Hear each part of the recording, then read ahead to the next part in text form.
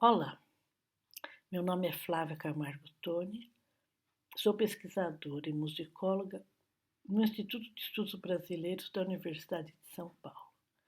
Neste simpósio, o título do meu trabalho é A Música Brasileira na coleção do Museu Guimê.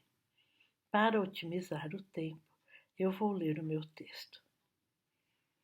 Gravar os sons ao redor, palavras, músicas, os ruídos, foi conquista longa, passando das primeiras experiências do final do século XIX, aproximadamente nos anos 1880, até a gravação elétrica dos idos de 1928, considerando esse ano como um marco importante para a melhoria da qualidade de captura do som, graças à captação com microfone.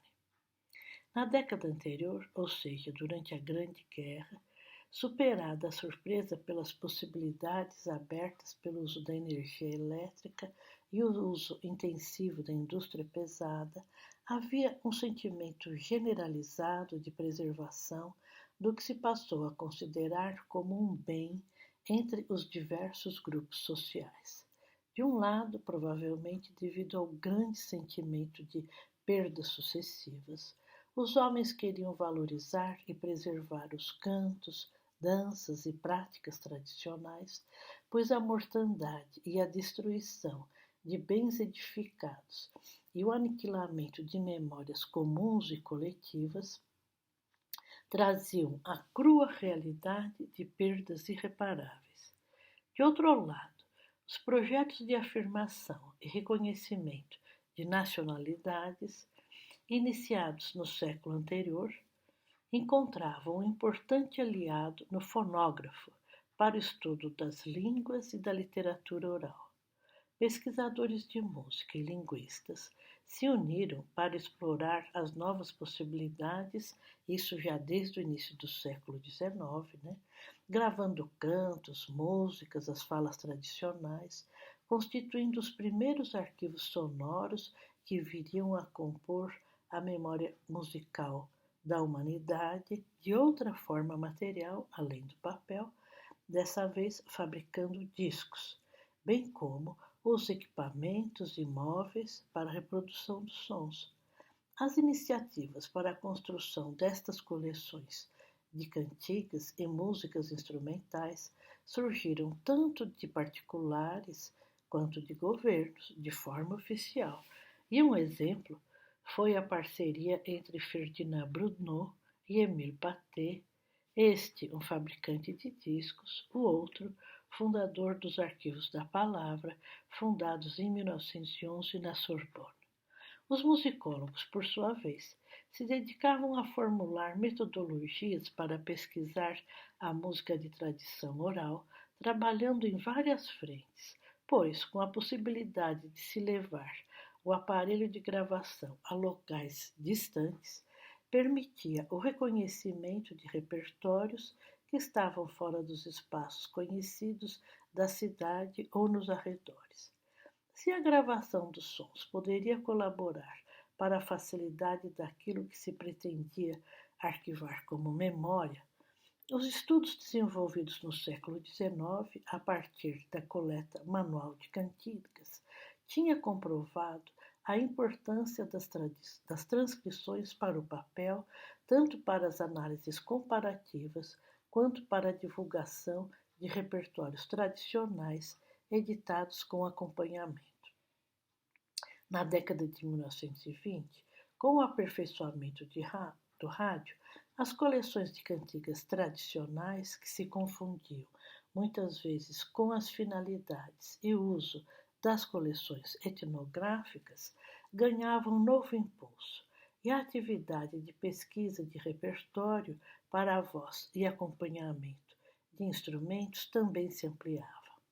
Tudo indica que há um período de transição no estabelecimento de repertórios que alimentam as pesquisas especializadas e as carreiras, sobretudo de cantoras, e que no Brasil pode se exemplificar com os trajetos de Julieta Teles de Menezes, Edith Capote Valente, Stefana de Macedo, Elsie Houston Perret, Olga Prager Coelho e, provavelmente, com os primeiros momentos de atuação de Carmen Miranda. Dentre elas, Edith e Elsie Houston possuem registros gravados pelos arquivos da Palavra da Sorbonne, o que documenta uma atividade de cunho científico institucional por parte de um organismo estrangeiro, embora a carreira da maior parte delas tenha alcançado os registros comerciais de empresas fonográficas estabelecidas no Brasil. Pretendo estudar aqui as gravações feitas por duas cantoras brasileiras para os arquivos da Palavra, resultando de uma dessas parcerias o álbum editado pelo Musée Guimet, com o objetivo de estudar as cantigas dos povos não europeus, discutindo os critérios de exótico e popular que subjazem às metodologias de pesquisa de então. Eram elas Edith Capote Valente e Elsie Houston, e fizeram gravações entre os anos de 1926 e 1928 em Paris. Aparentemente, naquela fase dos registros fonográficos e da indústria de entretenimento, não havia clareza quanto aos critérios do que se devia gravar, ou melhor, o que constituía para cada povo o popular, o exótico ou o tradicional, adjetivos valorizados pelos estudiosos. De outro, de forma localizada, por onde se estende Rio de Janeiro e São Paulo, no caso brasileiro, não se dispunha de quantidades expressivas de cantigas ao alcance das cantoras que construíam seus repertórios, que eram harmonizados por outros compositores, caso de Elsie Houston solicitando o trabalho de Villa-Lobos ou de Julieta Teles de Menezes solicitando a Luciano Galé que harmonizasse cantigas para ela cantar. Elsie Houston já conjugava a performance com a pesquisa em seus concertos de 1926, quando morava no Brasil. Em março daquele ano, em São Paulo, no salão do Conservatório Dramático e Musical, ela introduziu cantigas populares harmonizadas por compositores contemporâneos ao lado de obras de Scarlatti, Haydn e Schumann. Elsie cantou Morena Morena e Fotorototó com harmonização de Luciano Galé, Gavião de Penacho harmonizada por Francisco Braga e A Casinha Pequenina harmonizada por Hernani Braga, que também foi pianista acompanhador naquele concerto. Para compreender como se dava a eleição dos repertórios de pesquisa e performance, uma possibilidade reside na observação daquilo que as instituições oficiais, institutos que apoiavam a pesquisa e o meio acadêmico, entendiam que deveria ser estudado e preservado como memória. No entanto, para entender quais os parâmetros eleitos pelos estudiosos que estão por trás da organização das instituições e dos projetos para os quais as nossas cantoras emprestam suas vozes. Entre 1928 e 1931, 3 empreendimentos importantes tomam corpo na cidade de Paris, e neles atuam linguistas e intelectuais que transitam por espaços comuns, protagonistas em transformações apoiadas pelo Estado e que buscam apoio também e legitimação junto aos pesquisadores e intelectuais, sobretudo da França. Em 1928, a Sociedade das Nações organizou um congresso de arte popular através do Instituto Internacional de Cooperação Intelectual, evento ocorrido entre 7 e 13 de outubro na cidade de Praga. Como já foi discutido por alguns estudiosos europeus, é sabido que naquele momento as artes populares eram o tema prioritário para as comissões que compunham aquela organização durante o entreguerras. Fato que é reforçado, por exemplo, pela criação da Comissão Internacional de Artes Populares durante aquele mesmo congresso. Foi em Praga que o filólogo e linguista Hubert Pernot criou a Sociedade Internacional de Música Popular, órgão subordinado ao Instituto Internacional de Cooperação Intelectual, e foi lá que ele anunciou oficialmente a criação do Museu da Palavra e do Gesto. Se através da primeira promulgação ele conclamava todos os governos que participaram do encontro para que procedessem a gravações de cantigas que estavam em risco de desaparecimento, para a outra ele preparou as gravações da cantora brasileira Elsie Houston. O Instituto possuía uma estrutura forte e articulada, o que auxiliou a promoção do recém-criado Museu da Palavra e do Gesto, que viria incrementar suas pesquisas a partir da ênfase na fonografia, que prometia novos tempos para o estudo das práticas populares e das canções. Tanto a voz quanto o repertório de Elsie Houston impressionavam a todos que a escutavam e foram registrados no papel e no disco pelo Museu Francês. À frente da Biblioteca Musical do Museu da Palavra e do Museu Guimet estão Philippe Stern e o já mencionado Hubert Pernot, que, além da instituição, contam com o interesse do livreiro e editor Paul Gutner.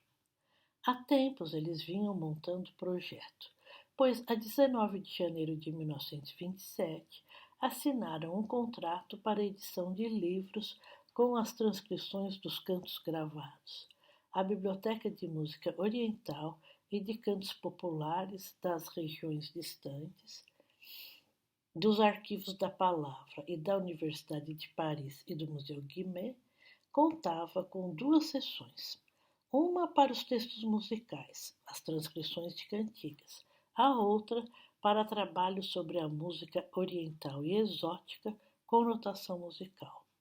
O editor era generoso, pois se prontificava a pagar os direitos autorais e os dos editores específicos ou organizadores dos volumes. Ao anunciar o novo empreendimento, Stern explica que a biblioteca musical raramente traria melodias harmonizadas, porque a intenção era oferecer o documento exato, a música tal qual é executada em seu país de origem, com ou sem harmonização ou acompanhamento rítmico, negligenciando a questão das facilidades de execução, conforme citou ele. Acrescentava que eles visavam não só a música do Ocidente, mas toda a música desconhecida. E prosseguia explicando os propósitos do projeto. Eu cito novamente. A atenção se volta para a fusão das artes as mais distantes, onde os resultados são às vezes surpreendentemente vivos e pessoais. Nós sonhamos com a América Latina, onde até hoje nascem cantos populares de uma variedade e de uma originalidade espantosos, e onde as influências as mais diversas se encontram enquanto tradições antigas e vivas renascem. Fim da citação. Por ocasião do lançamento de Elsie Houston, ele estava animado, porque após a música do Brasil viriam obras consagradas ao estudo das músicas da Argentina, Grécia, África do Norte, Índia, China, Camboja, um sobre as escalas japonesas e outro sobre a música bizantina. Pelo frontispício de Cantos Populares do Brasil, esses projetos estão divididos em 2 séries, Cantos das regiões distantes e Cantos orientais, embora não se especifique o que se entende por região distante e por Oriente. Em que medida cantos populares eram diferentes de cantos de outras localidades por eles entendidas de fora dos perímetros de Paris? E, como se verá adiante, pelo repertório gravado por Elsie Houston, quais os critérios para se eleger o que seria gravado de cada país elencado? Devido as afinidades entre os projetos do Congresso de Praga e os de Hubert Pernot e Philippe Stern, algumas das respostas estão nos anais do evento realizado em 1928. O diretor científico do certame era Henri Faucillon, autor da introdução do volume, que recorda quais os propósitos do encontro, evocando a importância da poesia e das artes populares na modelagem dos traços essenciais da humanidade. Pela programação distribuída aos participantes que foram a Praga, acompanha-se que os trabalhos foram separados segundo dois prismas: músicas populares e canções populares, e sob três ângulos: bibliografia, métodos e considerações gerais, tecnologia e monografias nacionais e regionais. O nome de Elsie Houston figura no bloco F, canções populares, monografias nacionais e regionais, ao lado de outras 15 apresentações. Critérios certamente diferentes orientaram as gravações feitas na Sorbonne, onde os arquivos da palavra, nome do Museu da Palavra antes de 1928, escolhiam o que deveria ser gravado para estudo. As gravações realizadas por Edith Capote Valente acolhem as seguintes cantigas gravadas por Hubert Pernot entre 22 de dezembro de 1926 e 8 de janeiro de 1927. Agora Chiquinha, Embolada, Nhá Mariquinha e Nhô Belarmino, Chiquinho, meu ladrãozinho, Sonho Gaúcho, Fado, Biscoitinhos, Viola Quebrada, escrita por Mário de Andrade, Criorinho de Bahia e Chora, Chora, Chorador, e tiveram que ser regravadas a 8 de janeiro de 1927. As gravações de Elsie são anteriores ao Congresso de outubro de 1928. Foram realizadas no laboratório da Sorbonne e dirigidas por Pernot e Philippe Stern. Entre os dias 5 e 10 de maio daquele ano, Elsie gravou Estrela do Céu é Lua Nova, Puxa o Melão Sabiá, Tutu Marambá, Iaiá Você Quer Morrer, Luar do Sertão e Bambo de Bambu. Ela já estava se habituando com as normas e prescrições das gravações em estúdio, pois já fora contactada pela Gramofone e pela Columbia para outros registros, mas os científicos eram feitos sem acompanhamento de instrumento. Quando questionada pelos pesquisadores franceses se preferia gravar no laboratório da Sorbonne ou da firma Pathé, respondeu que não tinha preferências. Na correspondência dos arquivos da palavra, uma carta manuscrita de Philippe Stern para Hubert Pernot traz dados significativos a respeito do envolvimento da cantora, que se colocou à disposição para gravar mais de uma vez, disponibilizando até mesmo os finais de semana, e entregou já em 1928 as 30 canções que seriam impressas por Güttner em 1930. Ou seja, ao viajar para a França após 1926, ela já tinha em mãos as cantigas editadas no álbum Cantos Populares do Brasil. A 20 de junho de 1928, Elsie volta para o estúdio, desta vez para o Gramofone de Paris, gravando Cantigas de Villa-Lobos, acompanhada por Lucília Guimarães, esposa do compositor, em repertório que apresentara em salas de concerto da capital francesa a 3 de maio daquele mesmo ano.